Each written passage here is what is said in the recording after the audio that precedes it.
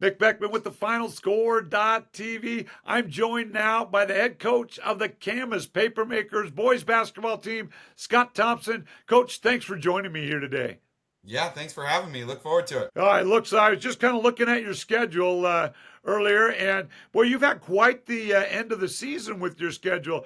Two matchups with the number 2 and number 3 teams out of the Greater St. Helens.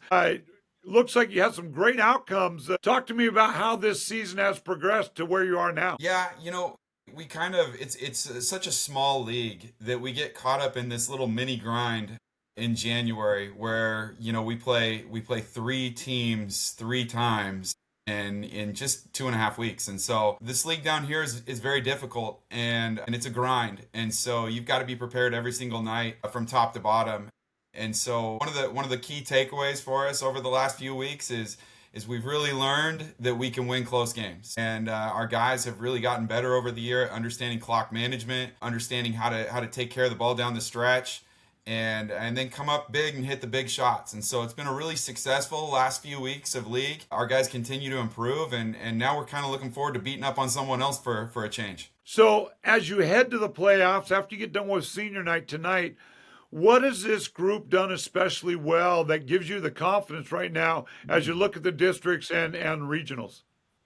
Yeah, I just think it's continued growth with this group. We went into the year with just a really, really unproven team, a lot of new faces. Outside of Ethan Harris, the only real returning player from last year's team was a guy that came off the bench, Landon Frost, and he blew his ACL out right in the beginning. And so, this team has really had to rally. This team has really had to kind of, learn on the go, like a little bit of a on-the-job training. And so we scheduled really tough early, lost 4 really close games in December to top teams around the state and one of the top teams in Oregon. And we played them all the way down to the final minutes, and we just couldn't figure out how to get over that hump. And so, we stayed in the lab all winter. We continue to try to push them to grow and get better and understand that this isn't about how good you can be in December. It's about how good you can be at the end of March.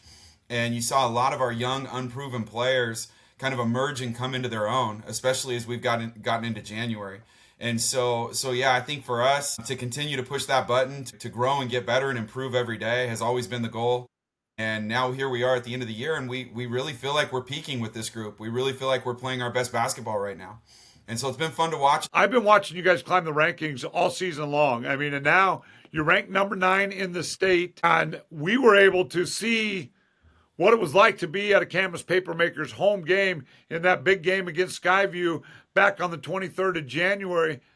How much does that energy and the involvement of your community and the fans impact your team, especially as you're heading now into the playoffs? The community down here at Camas is incredibly supportive. I've been fortunate to be here on the girls' side for 7 years, and seeing how they embraced and helped us rally those girls over the years has been really special. And so I feel, you definitely feel the love again on the boys' side.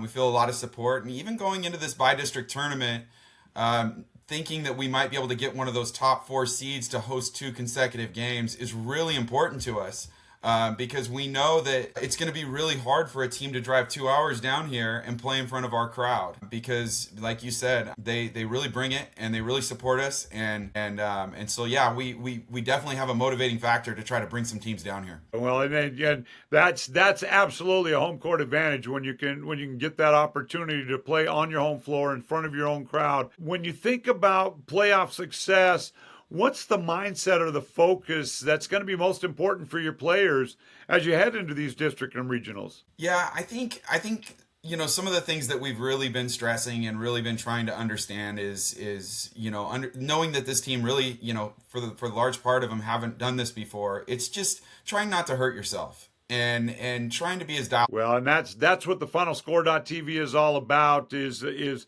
being able to come and watch games and see how teams are done. And that's what we're promoting, is people getting back to the gyms for exactly that reason, to come and see teams play that defense and play the game the way the Papermakers play it, because the box score tells you who got what and the numbers of the game, but the numbers don't show you what transpired during those 32 minutes. And the number 9 in the state Camas Papermakers, #1 in the 4A Greater St. Helens League. You guys are set, and it sounds like you're moving in the right direction, peaking at the right time.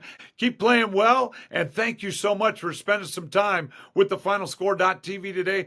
Coach Scott Thompson of the Camas Papermakers.